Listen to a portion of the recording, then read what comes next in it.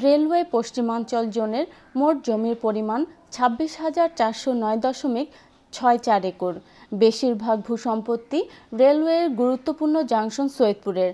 তার মধ্যে সৈয়দপুর রেলওয়ে জাংশনের প্রায় ৫০০ একর জমি, কর্মকর্তা কর্মচারীদের ১৫০০ কোয়ার্টার, শ্রমিক কলোনি সহ আরও অনেক অবকাঠামো অবৈধ দখলদারদের কবলে রয়েছে। রেলওয়ের যে জায়গাগুলো আছে আমাদের সৈয়দপুরে, এই জায়গাগুলো অনেক দিন ধরে পড়ে আসছে, যা সঠিকভাবে ব্যবহার হচ্ছে না। যাতে সঠিকভাবে ব্যবহার হয়, যেমন পুকুরগুলো আছে, বাড়িগুলো আছে, সেই বাড়িগুলো যাতে সঠিকভাবে ব্যবহার হয়। বারবার পত্রিকা আসতেছে, কিন্তু এটা পরিপূর্ণতা হচ্ছে না। কীভাবে পরিপূর্ণতা করা যাবে, এটা আমাদের সকলের দৃষ্টি রাখা উচিত।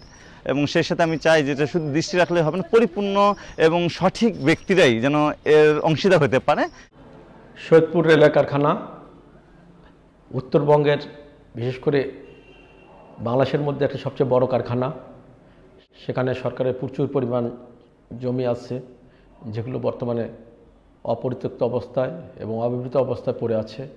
এবং এক শ্রেণীর অসাধু কর্মকর্তা কর্মচারী যারা আছে, তাদের মাধ্যমেই আজকে সাধারণ মানুষ এটা বেশি করে প্রতারিত হচ্ছে এবং তারাই টাকা পয়সার বিনিময়ে এই জমিগুলো সাধারণ মানুষকে লিজ দিচ্ছে।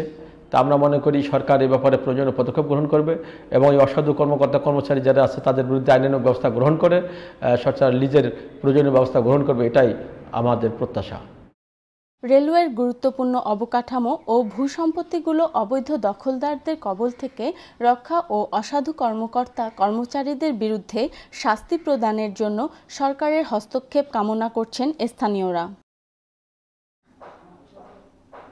এ ব্যাপারে কথা বলতে চাইলে সৈয়দপুর রেলওয়ে ভূসম্পত্তি বিভাগের ঊর্ধ্বতন উপ-সহকারী প্রকৌশলী রফিকুল ইসলাম ক্যামেরার সামনে আসতে চাননি।